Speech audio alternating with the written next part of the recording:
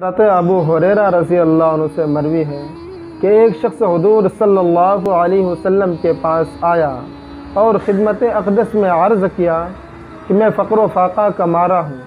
آپ صلی اللہ علیہ وسلم نے ازواج مطہرات میں سے کسی کے پاس بھیجا کہ کچھ ہو تو لے آؤ۔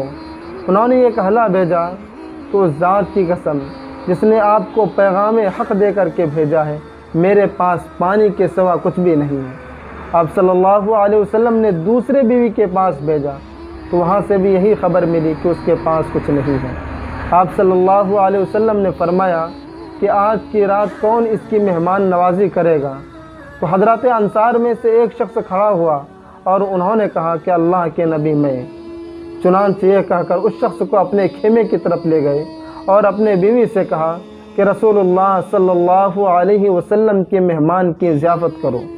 اور ایک روایت میں ہے انہوں نے اپنے اہلیہ سے پوچھا کہ تمہارے پاس کچھ ہے؟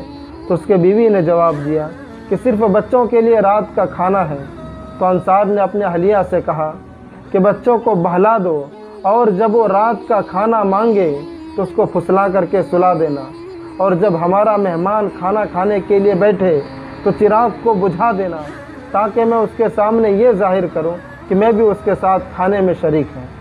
چنانچہ سب کھانے کے لیے بیٹھے اور مہمان نے کھانا کھایا تو ان دونوں نے بھوکے رہ کر کے رات گزار دی۔ اور صبح جب انصاری حضور صلی اللہ علیہ وسلم کے پاس آئے تو حضور صلی اللہ علیہ وسلم نے فرمایا کہ آج رات تم دونوں نے اپنے مہمان کے ساتھ جو سلوک کیا ہے اس سے اللہ تعالیٰ بہت خوش ہوئے ہیں۔